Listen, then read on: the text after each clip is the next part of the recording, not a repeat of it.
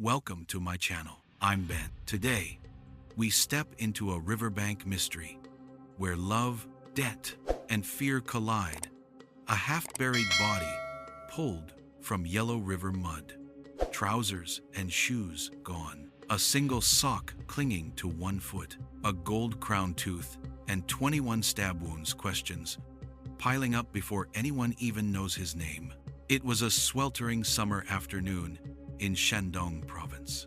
The kind of heat that presses down on the chest and makes the air feel heavy. The small village of Kuijai in Zhejiang County rested quietly along the mighty Yellow River, a river that for centuries had shaped the lives of those who lived by its banks.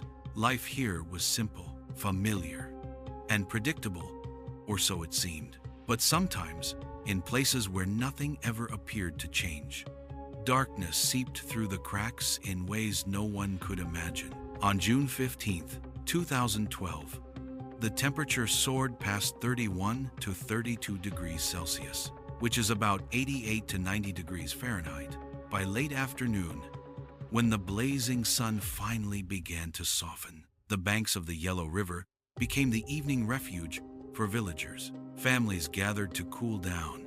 Elders strolled slowly with fans in their hands, and young men found quiet spots to smoke and talk. Among them was a 20-something local, known simply as Xiao Han. He lived in a nearby village and often rode his motorbike to the river whenever the heat became unbearable. That day was no different. He parked his motorbike on the dusty roadside, lit a cigarette, and let the faint breeze rolling off the river wash over his face. For a moment, everything felt ordinary. But then, his gaze fixed on something unusual. A dark shape caught in the mudflat, about 20 to 23 feet from shore. At first glance, it resembled a swollen log, half buried in the sludge, the kind that often floated down from upriver during the rainy season. The Yellow River, after all, was notorious for carrying debris across its turbulent currents. Like many villagers who still relied on wood for cooking, Xiaohan's first thought was practical. If it was just a tree trunk, perhaps he could drag it home and chop it up for firewood. If the wood was solid, it might even be useful for making stools, or at the very least, sold for a small profit. He stepped off the bank and began trudging closer, his sandals sinking slightly into the sticky earth. But as he approached, the shape became clearer and more horrifying. It had contours that no tree could possess. There was a head. There were arms. The cigarette slipped from Zhao Han's fingers as the realization struck. It was not wood. It was a body. A human body, tangled in the mud, its face submerged, its limbs stiffened by water and time. Panic surged through him. His heart pounded in his ears as he stumbled backward, almost tripping over his own feet in his rush to get away. Within minutes, he was back on his motorbike, the engine roaring as he sped toward the nearest police station. Authorities wasted no time. A small convoy of officers arrived, their vehicles kicking up clouds of dust as they screeched to a halt near the riverbank. Police tape went up quickly, pushing back curious villagers who had gathered after word spread of the grisly find. The body was lying face down, the head turned toward the bank. It had clearly been in the water for days, bloated, discolored, and already breaking down in places. The forensic team was called in immediately, their arrival underscoring the gravity of what had been discovered.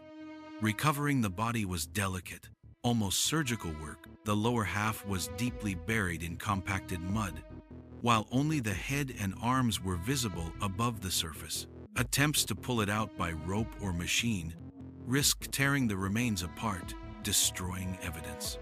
So officers waded carefully into the river, their uniforms soaking in the murky water. With gloved hands, they loosened the mud around the corpse, rocking it gently from side to side, pouring water around its outline to free it. After what felt like hours, the body finally yielded, sliding free from the river's grip. It was lifted onto the bank and laid out on a tarp, silent testimony to a violent end. The first observations were chilling. The victim was a man, around 5'11" in height. He wore a light blue short-sleeved shirt, but beneath it, only underwear, no trousers, no shoes. On his left foot, a single sock clung limply, while the right was bare. The absence of proper clothing raised an immediate red flag. No man would wander outdoors dressed like this, unless something terrible had already happened elsewhere. The yellow riverbank, investigators quickly concluded, was not the scene of the crime. It was only the dumping ground. The forensic team examined the body under the fading sunlight. 21 stab wounds marked the torso, concentrated on the chest, abdomen, and back. Defensive cuts slashed across the forearms and hands, evidence of a desperate struggle. The brutality left little doubt. This was intentional, a killing meant to extinguish life completely. With so many wounds, detectives suspected vengeance, a crime born of rage or revenge rather than impulse. Estimating time of death placed it between June 9th and June 10th, 4 to 5 days earlier. By then, decomposition had already advanced, the face swollen beyond recognition, making identification nearly impossible. Who was this man? Stripped of his dignity and left half buried in river mud. And what hatred could drive someone to stab another human 21 times? For police, the first step was clear. They needed a name. Only by identifying the victim could they hope to trace the shadows of his final days, and perhaps the hand that ended them. Compared to Jiang Qinglei, Yang Huo possessed the natural strength of youth. At 20, his stamina and reflexes would have easily surpassed that of a man in his early 40s. On paper, the balance of time, motive, and physical ability all pointed in his direction. Investigators called him in, pressing for answers about where he had gone that night, why he had vanished from the dormitory, only to return at dawn with scratches still fresh on his face and arms. Yang shifted uncomfortably under questioning, but his explanation was surprisingly straightforward. After leaving his friend's birthday, gathering around 9 in the evening, he claimed he had not gone home, but instead sought out another girl. A casual fling, a spare girlfriend as he crudely put it. To him, this was a way to soothe his pride. Watching his real girlfriend's entanglement with Zhang had left him simmering with humiliation, so he found someone else to distract himself, someone who could make him feel less diminished. He spent the night at her place, not returning until morning. As for the cuts and bruises, Yang offered another story. On his way back, after stepping off a crowded bus, he said he was struck by a reckless motorcyclist who swerved too close. The impact had thrown him to the pavement, scraping his skin. To support this, he showed police a bank transfer receipt. The motorcyclist had compensated him with 1,000 yuan. Detectives traced the account, found the man, and confirmed the incident. The injuries, indeed, were consistent with a fall. Further verification came through surveillance footage near the young woman's dormitory. Cameras showed Yang arriving around 9:30 that night and remaining inside until dawn. With such corroborated evidence, investigators had no choice but to clear him. Yang Huo was no longer a suspect. Relief rippled through his demeanor, though detectives could not ignore the resentment that had driven him into suspicion in the first place. Still, facts spoke louder than whispers, and the search had to continue. Attention turned back to Zhang's workplace, the cafeteria where he had spent his final hours. Colleagues recalled seeing him on the evening of June 10th, around 9 at night, sharing drinks with a coworker named Ma. They remembered Zhang suddenly rising from the table, declaring that he needed to settle something once and for all. He did not specify what it was, but Ma suspected he intended to confront another colleague, Hu Xiangyang. The reason was simple. The two men had clashed before. Ma remembered hearing raised voices, heated arguments between Zhang and Hu. At the time, he thought little of it, but looking back after Zhang's disappearance, the pieces formed a troubling picture. Even more suspicious was what happened 2 days later. Hu Xiangyang abruptly stopped coming to work. No goodbyes, no notice. He simply vanished. To Ma, it seemed far too coincidental. There was more. Hu had a criminal record, a past conviction for robbery. That history, combined with his sudden departure, painted a sinister portrait. Investigators took Ma's recollection seriously. The trail of suspicion shifted quickly and decisively. Finding Hu Xiangyang became their top priority. By June 20th, the hunt paid off. Late that night, officers tracked Hu to a dilapidated workers' hostel near another university in Jinan. The place was crowded with laborers surviving on meager wages, rooms partitioned by thin walls, and the constant hum of exhaustion. When police arrived, Hu caught sight of them and bolted. He scrambled over the hostel's crumbling wall, desperate to flee, but was quickly tackled and restrained. At headquarters, Hu's demeanor was unexpected. Though he had run in panic at first, once seated in the interrogation room, he grew calm, almost composed. He answered directly, without evasion, his tone firm. Within hours, he confessed he had killed Zhang Qinglei on the night of June 10th. The confession stunned even the seasoned detectives. Hu was not rambling or evasive. He was clear, deliberate. His story began in the suffocating routine of the university cafeteria, where both men worked side by side. Zhang operated a small stall selling vegetarian dishes and snacks, while Hu cooked for another stall nearby. Their lives revolved around steaming pots, clattering woks, and the endless tide of hungry students. It was monotonous, physically draining work, and tension often simmered in the heat of the kitchen. According to Hu, the breaking point came earlier that month, back in his rural hometown. It was the season for harvesting wheat. Families depended on every able-body to cut grain, dry stalks, and gather crops before rain ruined the yield. Laborers were scarce, neighbors too busy with their own fields. Hu had hoped to take a few days off to help his parents, but when he asked for leave, Zhang stood in his way. Zhang had reportedly refused Hu's request with cold authority. He reminded Hu that their cafeteria could not spare workers during peak times, insisting that personal matters had to wait. To Hu, it was not just a denial, it was humiliation. He felt Zhang was using his seniority to belittle him, treating him as less than an equal. That bitterness festered, fueling late-night arguments that grew louder, harsher, until one night it spilled over. Hu recalled that on June 10th, he arranged to meet Zhang at the riverbank. He claimed he wanted to talk things out, to resolve their dispute face to face.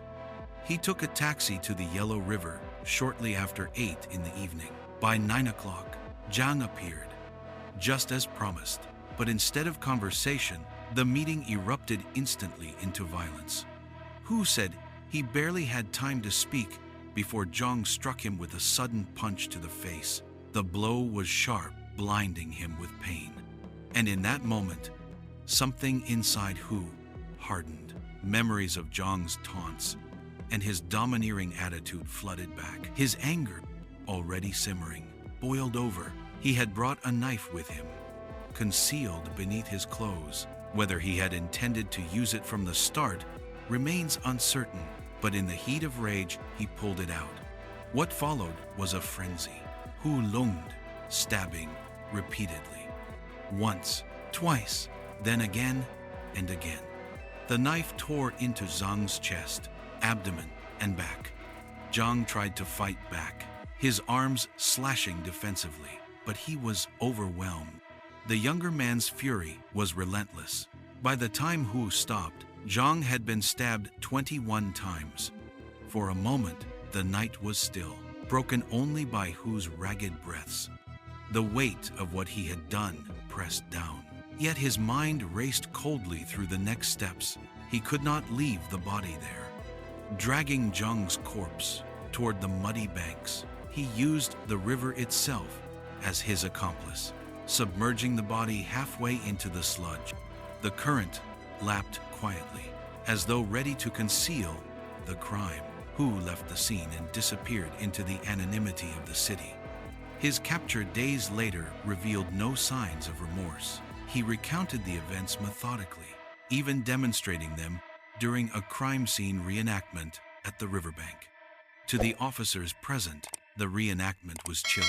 Hu's gestures, his reenacted fury, showed a man who seemed more relieved than regretful. His voice carried no hesitation, only a grim certainty that he had finally settled what Zhang had started. But investigators saw something else. This was not a momentary lapse, nor the tragic escalation of a minor quarrel. It was the culmination of resentment, pride, and a readiness for violence rooted in Hu's history. His criminal past hinted at impulsiveness, a willingness to cross lines when cornered. Now, with Zhang's blood on his hands, Hu's fate was sealed. The case had turned dramatically in a matter of days, from suspicion falling on a jealous young student to the arrest of a hardened co-worker. Yet questions lingered. Why had Hu chosen to carry a knife that night, if not with the possibility of violence already in mind?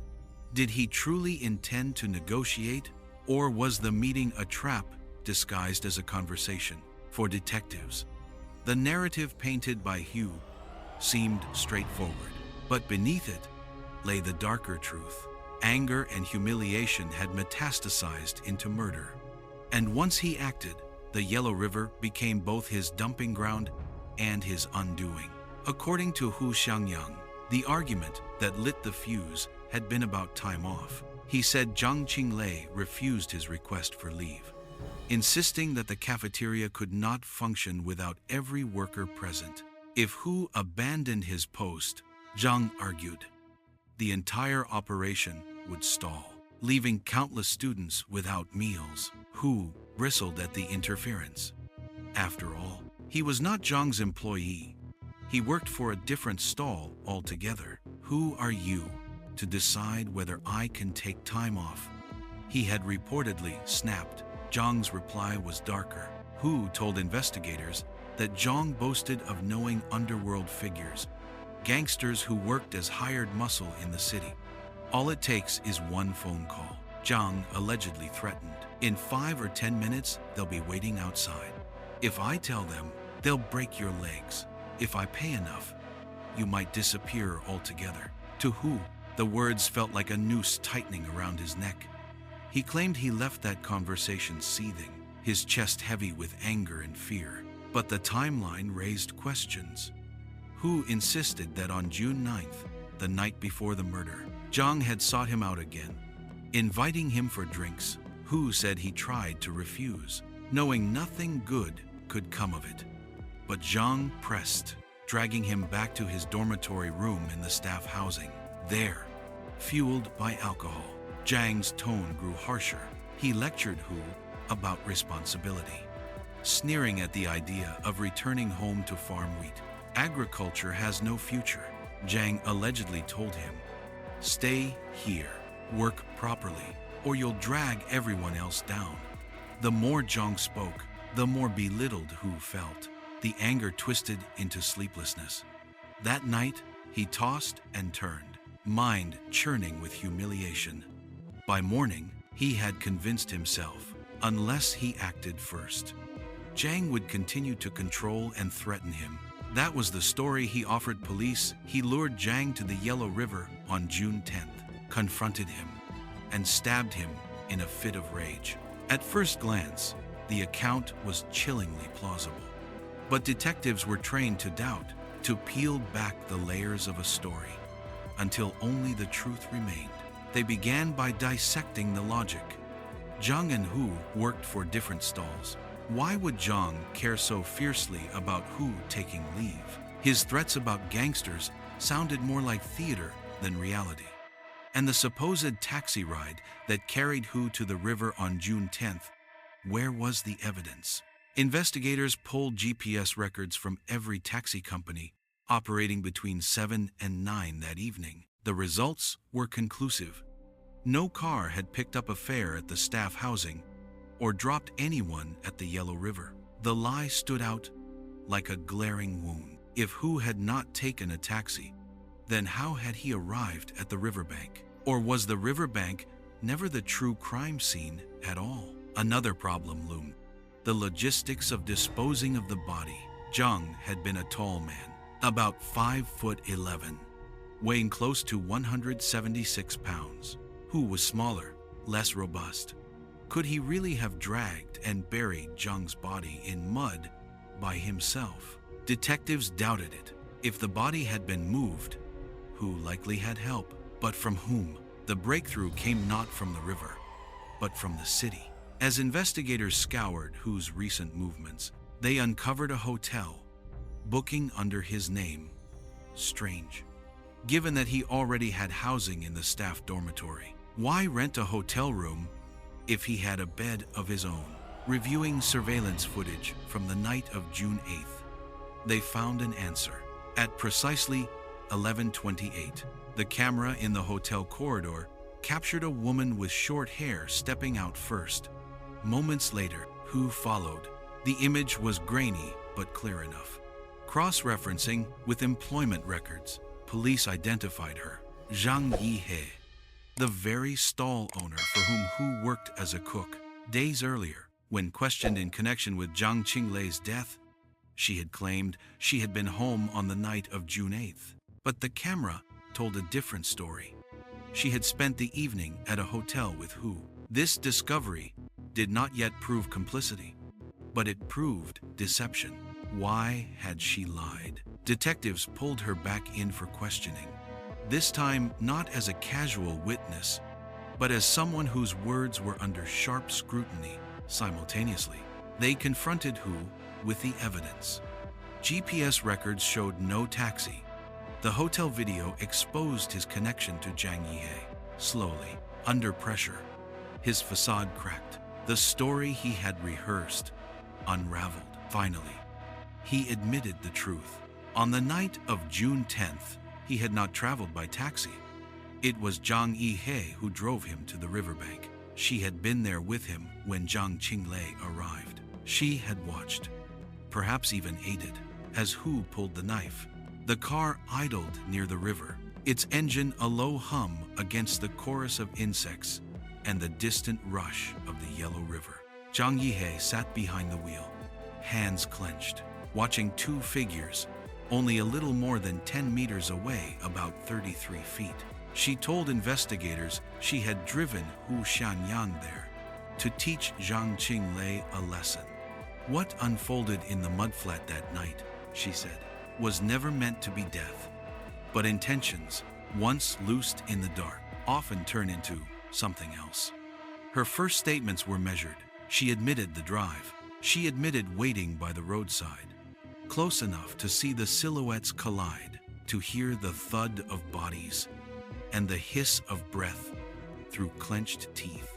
After the stabbing, after the frenzy that left Zhang's body sagging and still, she admitted she helped, grabbing an arm while Hu took the other, dragging the corpse toward the bank, where the mud would swallow it whole. The river's edge was slick, the silt thick and cold. They pushed until the current lapped at the shoulders. Then they left. When pressed about motive, Yihe's tone hardened. In her eyes, she said, Zhang Qinglei had long since crossed the boundary of decency. They were both stall owners in the university cafeteria in Jinan, separate contractors, sharing the same space since 2009. From the beginning, Zhang had pursued her calls by the dozens each day. Messages unanswered, declarations made in public, as though persistence were proof of love. She wanted none of it. She was 36, divorced, and raising a daughter alone. She said she had no intention of marrying again, no patience for a man who would not accept no. Worse, she knew Zhang had a wife back in their home province, living apart while he worked in the city. She had also heard rumors, too many to ignore, of his flirtations with students. It offended her sense of minimum morality. A married man, she said, should not trespass like that. But Zhang, according to her, treated her refusals like a game. He publicly introduced her as my wife. The words tossed out in the cafeteria like a joke that only he found funny. Once, when he visited her apartment, he even told her daughter to call him father. The humiliation gouged at her pride. She pleaded with him to stop. He did not. The talk of a single night in May changed the tone of her testimony. She agreed to meet Zhang outside to settle things. They walked. The street grew quieter. The gaps between streetlights wider. There, she said. He grabbed her, pinned her to the ground, and smothered her mouth with his hand. She did not have the strength to fight a man nearly 5'11" and strong from years of kitchen labor. But luck, or perhaps grace, came in the form of a young cyclist who happened by as a. The rider heard her muffled cries, braked, and rushed over. The interruption startled Zhang. She ran. She never reported it. Shame clung to the memory, and the assault stopped short of the worst. Yet the fear lingered. If he had tried once, would he try again? Would he go after her daughter? The questions festered. She said she confided in Hu, the cook who worked under her stall, 8 years her junior. Once a convict who had struggled to find his footing after release. Loyalty, in poor quarters, takes root in small gestures. When Hu had nothing, she had taken him in, taught him to cook, given him shifts even when business ran thin. One winter, when the wind cut through the campus like a blade, she bought him a padded coat.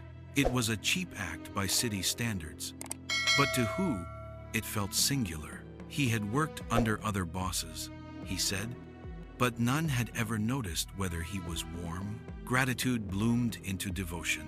When she told him about Zhang, the stalking, the public taunts, the night that almost turned into something worse, Hu's response was immediate. A beating isn't enough, he told her. By her account, if he holds a grudge, we will both pay later. End it now. End it clean. She hesitated. He insisted he could handle it quietly. The promise of safety, of finality, was a powerful drug for a woman who had learned to measure routes home and glance behind at night. So the plan took shape. Crude but lethal, Yihei would set the stage. She would drive. She would choose a place near an old crane by the river, an area sparsely lit, where the clatter of water on stone could drown other sounds. She would stay in the car, windows up, engine idling, ready to leave when it was done. Hu would do the rest. On the night in question, June 10th, she drove him there. The distance from her parked car to the struggle that followed was barely more than those 10 meters, close enough to see the arc of movement, far enough to convince herself she was not part of it. She watched the first blow, the sudden punch that Hu claimed Zhang threw. She watched the knife flash. She watched the flurry. She watched the quiet that followed. Then came the worst thing she ever did. She stepped out. She looked at the body, at the way the limbs had slackened, at the blood that darkened the dirt. She took an arm because Hu told her to, because he was breathing hard and saying they had to move him now. The mud sucked at their shoes as they dragged Zhang to the bank. The yellow river is heavy with silt. It welcomes the weight of what people wish to hide. She felt the water lap against her calves. She let go. When police confronted her with the corridor footage from the hotel on June 8th, her short hair visible as she stepped out first, Hu following, she could not deny their connection. She had already lied once, saying she was home that night.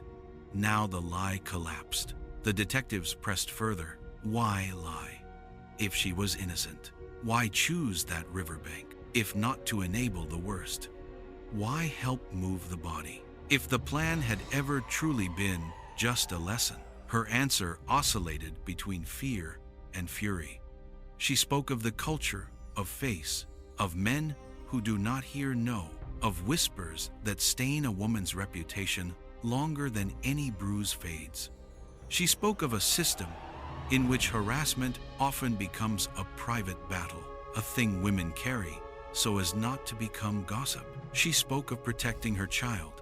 Each explanation was a shard of a larger truth. She had allowed herself to be persuaded that violence would grant safety. Once she crossed that boundary, once the engine was started and the route to the river chosen, she had already moved from witness to accomplice. Investigators weighed her words against the facts: the car, the distance, the body in the mud, the loyalty of a younger man whose identity had been stitched back together by her small kindnesses. It was all there. Motive, means, and the quiet algebra of complicity. The Yellow River, which had seemed a perfect place to bury a secret, now yielded a clearer story. It was not only Hu Xiangyang's rage that killed Zhang Qinglei, it was also the fear and calculation of the woman who drove him there, watched from a few steps away, and then helped push the evidence into the water. By the time the interview concluded, Yihe no longer argued about labels. She did not call it a lesson anymore. She called it a mistake that could not be repaired. But the detectives, steady and unsparing, understood what the law would call it: participation in murder, carried out under the cover of night, explained by a history that could not excuse what the river had held. On the evening of June 8th, the conspiracy moved from vague talk into concrete planning. According to her statement, Zhang Yihe drove Hu Xiangyang around the outskirts of Zhejiang County, searching for a place where violence could unfold unseen. The staff dormitories and campus cafeteria were too crowded, too heavily monitored by guards. They needed isolation, a stage where no witness would stumble past. After circling aimlessly, headlights cutting through the humid night, they found it a rusting crane by the banks of the Yellow River. Far east of the county center, the place was quiet, abandoned, surrounded only by reeds that whispered in the wind and the endless surge of water. Yihe admitted that later that night, she and Hu checked into a hotel together. Surveillance cameras confirmed the visit, catching them in the corridor at 11:28. She claimed the night served two purposes: intimacy, yes, but also strategy.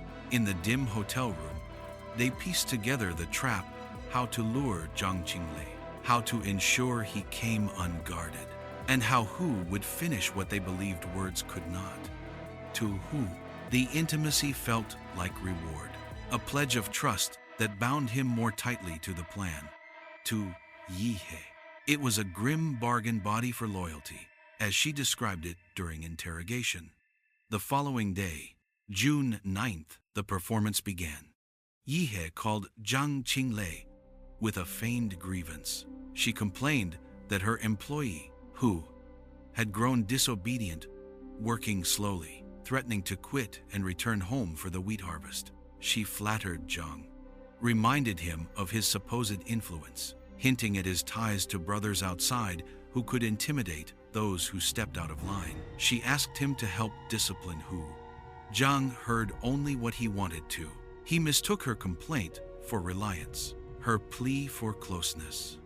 In his mind, this was proof that Yihe was warming to him at last, perhaps even considering a future together. That night, he pressed Hu to drink with him, dragging him back to his own staff dormitory room. But the dorms were not a place for murder. Too many neighbors, too many eyes. When the argument turned into shouts about leave, threats, and insults, Hu left burning with fury, but unable to act. June 10th was the night it happened. Around 5 in the evening, Yihe invited Zhang to dinner. She dangled promises of talking about their future, and he, hungry for affirmation, accepted eagerly. Afterward, as they walked back, she staged the next move. At the appointed time, Hu phoned her again, pretending to beg for leave. She switched her phone to speaker mode, letting Zhang hear every word. It worked. Zhang flushed with anger. Just the day before, he had cursed Hu and forbidden him to quit. Now here Hu was again, defiant. "Tell him to meet me tonight," Zhang barked. 9 o'clock. At the river, I'll make sure he understands. Yihe relayed the message, sealing the arrangement. Zhang believed he was walking into a confrontation where his authority would dominate. He never saw the noose tightening.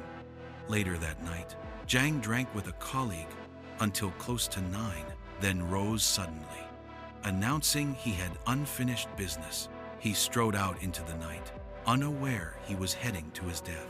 Meanwhile, Yihe's car rolled eastward. She parked near the crane, switching off the headlights, letting darkness swallow the vehicle.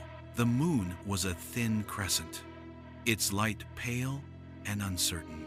She claimed she stayed inside, watching only faint outlines, the glow of Hu's phone screen, the shadow of Zhang's figure. Then came the shouts. Zhang's voice rose, berating Hu, calling him useless. The scuffle followed, heavy footsteps, then a strangled cry that cut through the night. Afterward, silence. In her account, Yihe said her hands trembled so violently she nearly stalled the car when trying to reverse. But detectives noted her precision. She had driven Hu there, chosen the site, and now witnessed the killing at close range. Fear alone could not explain such orchestration. Pressed further, she returned to her narrative of harassment. She repeated that Zhang had hounded her for years, that he had tried to force himself on her once before, that she had endured too much humiliation. She insisted her intent was merely for Hu to teach him a lesson. The killing, she said, was Hu's escalation. Yet the investigation revealed another layer.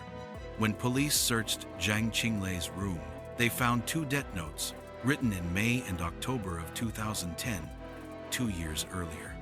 Together they totaled 119,000 yuan, about 17,000 US dollars.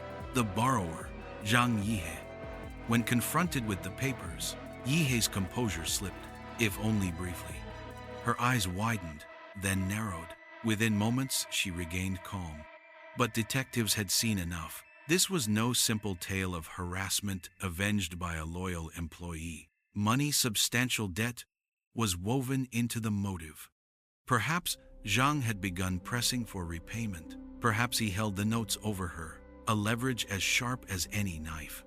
The picture was darker now. The riverbank was not merely the stage for a personal vendetta. It was also the graveyard of a financial chain, of obligations unmet, of power wielded through both desire and debt. Zhang Yihe did not deny the debt. She admitted she had borrowed money from Zhang Qinglei years earlier, nearly 120,000 yuan, in total about 17,000 US dollars. But she claimed she had already repaid most of it, handing back 80,000 in one installment and 30,000 in another. By her account, only 9,000 yuan remained, hardly anything. As she described it with a weary shrug, detectives were skeptical. Why, they asked, if she had repaid so much? Had she never reclaimed the promissory notes? Why were the 2 slips of paper, written in May and October of 2010, still tucked away in Zhang Qinglei's room? Yihe gave a vague explanation. When she had handed him the money, Zhang told her he did not have the papers with him and would return them later. She said she let it go, distracted by daily burdens, and simply forgot to press him again. The officers exchanged glances. To them, this made little sense. In matters of debt, the paper is everything. To repay without recovering the document was to leave the chain unbroken. It was not the act of someone careless, but of someone with another story to tell. As questioning deepened, the narrative she had clung to began to fray. She had painted herself as a victim, harassed, cornered, disparate. But colleagues in the cafeteria, recalled differently. They remembered laughter shared between her and Zhang, evenings when they went out to eat together, even a period when the two rented an apartment and lived under the same roof. Phone records reinforced the contradiction. For months, calls and messages had flowed both ways. Zhang's number filled her logs. Yes, but her number filled his as well. The line between pursuit and partnership blurred. Eventually, under mounting evidence, she conceded the truth. There had been more than harassment. There had been a relationship. She and Zhang had once been lovers. Her admission reshaped the case. This was not simply a woman resisting an unwanted suitor. It was a woman who had shared meals, nights, perhaps hopes with him, and then turned away. Why? According to her, the rupture came from money and marriage. In late May of 2012, Zhang Qinglei pressed her for a decision. He said he would leave his wife, start anew with her. If she agreed, the debt could vanish.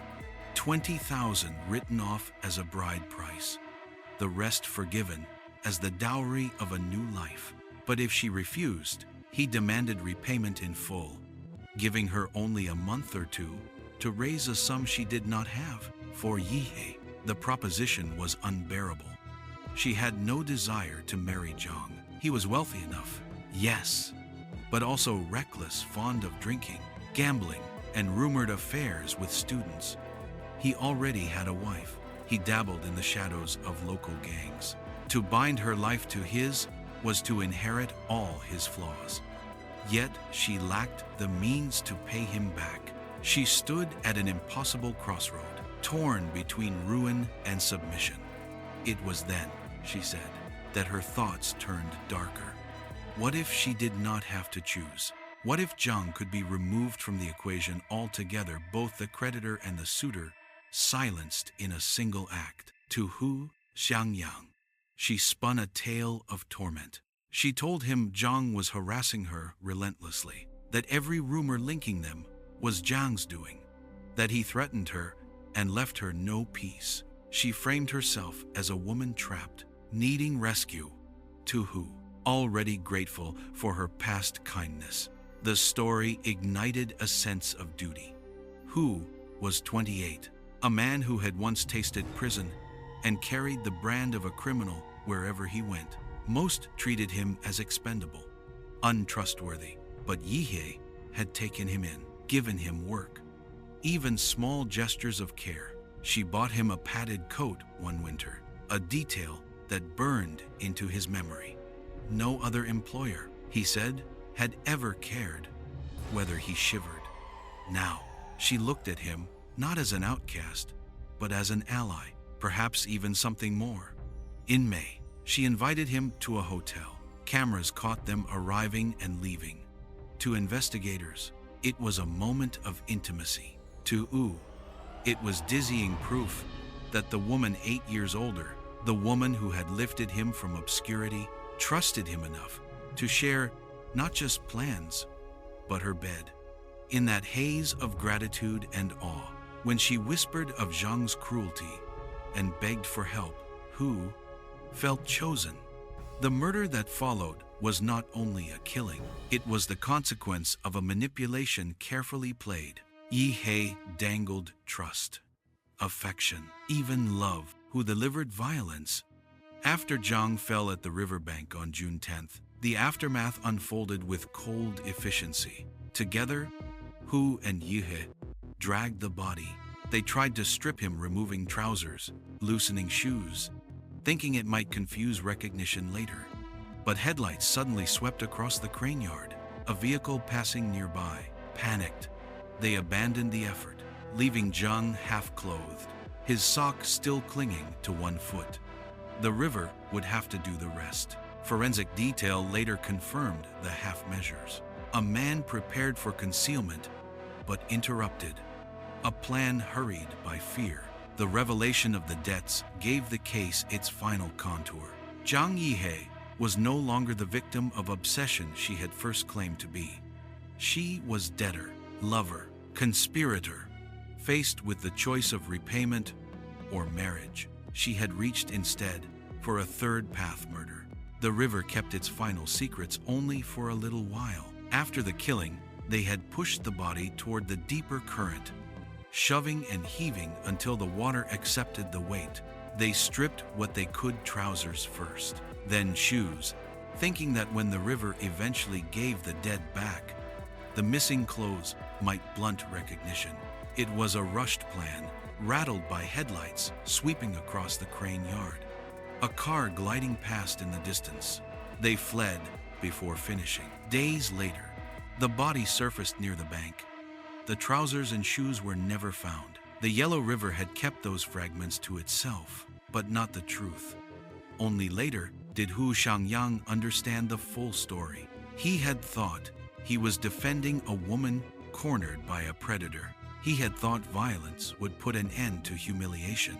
Instead, he learned that Zhang Yihe's truest fear was not only about shame, it was also about debt. Nearly 120,000 yuan, about 17,000 US dollars, bound the two of them together like a chain. The narrative of harassment, the staged calls, the hotel, the drive to the river, all of it had been a web, carefully spun to turn a man's gratitude and devotion into a blade. Even after he learned this, Hu kept trying to shield her, as if loyalty could rewrite the past. Regret came too late, and it came like a flood.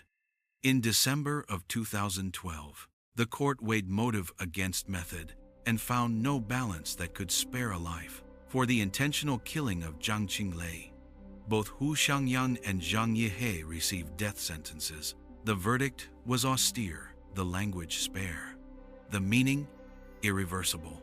In a country where punishment can still reach its ultimate end, the law answered blood with finality. People called it a crime of passion. But if love ignited the first spark, money fanned the flames. At the beginning, there had been attraction. A married man drawn to a woman who dressed well, spoke smoothly, carried herself with the polish of a small business owner. A woman drawn to a man whose wallet could open doors, whose generosity felt like a steady hand in an unsteady world. Two people traded what they had for what they wanted. That exchange, for a time, passed as love. But exchanges change. The qualities that once dazzled the easy spending, the confidence, the attention grew heavy in the light of the day after. Yihe looked again and saw a man who drank too much, gambled, flirted with students, and still wore a ring in another city. Zhang looked again and saw a woman who would not commit, who did not want a home so much as help. When the scales tipped away from desire, the ledger took over. He demanded repayment or marriage. She saw no path but out. What remains most unsettling is how ordinary the first steps were. A lunch where promises were made, a phone on speaker, letting another man's voice fill the air, a short drive by night. We like to imagine that evil announces itself with drumbeats, yet more often it settles in with a whisper. Encouragements that feel like protection, lies that feel like mercy. By the time the engine was idling near the crane and the two figures stood a short walk away, barely more than 10 meters, about 33 feet, the choice had already been made. If there is a lesson here, it is not that love is false. It is that love without truth becomes a marketplace, and marketplaces do not forgive debt. When people remain together only as long as value is delivered, the moment one partner changes currency, beauty fades, attention wanders, money runs thin. The contract phrase, "In such a bargain," forever lasts only until the price rises. Hu was 28, still young enough to believe that devotion could defeat doubt. A padded winter coat given by a boss becomes, in memory, a vow. A night in a hotel feels like proof of faith. Gratitude, when unexamined, can be weaponized.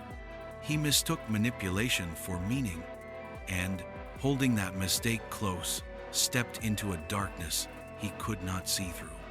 And Yihe, clever enough to run a stall, fierce enough to survive alone, chose to move through shadow rather than daylight. She told herself it was self-defense, then justice, then necessity. But the ledger did not care about her words. It recorded actions, the drive, the weight, the hand on an arm, pulling a body toward the water, the silence as the current closed. In the end, the courtroom offered a simple summary. A man was dead by intent. Two people had made it possible. Whatever tenderness once existed had been replaced by calculation. The river had been used to hide a crime. The river gave it back. Between desire and debt, they chose death. Cases like this haunt because they are not only about one night. They are about the slow arithmetic of compromise, how a favor becomes an obligation, how an obligation becomes leverage, how leverage becomes threat. They are about the stories we tell ourselves to justify the next small step and the next, until the shore is far behind and the water is at our chests. They are about how easy it is to mistake what costs us for what completes us. Some say the heart wants what it wants, perhaps, but a life is not built only on wanting. It is built on what we will not do for the things we want. If that boundary blurs, if protection becomes pretext, if care becomes control, then the current will carry us where we never meant to go. The Yellow River has always changed its course, carving new paths through old ground. In this story, it carried the truth back to land. The lesson it left is stark. When love becomes a transaction and fear becomes a plan, the end is not safety. The end is a tide that does not turn back.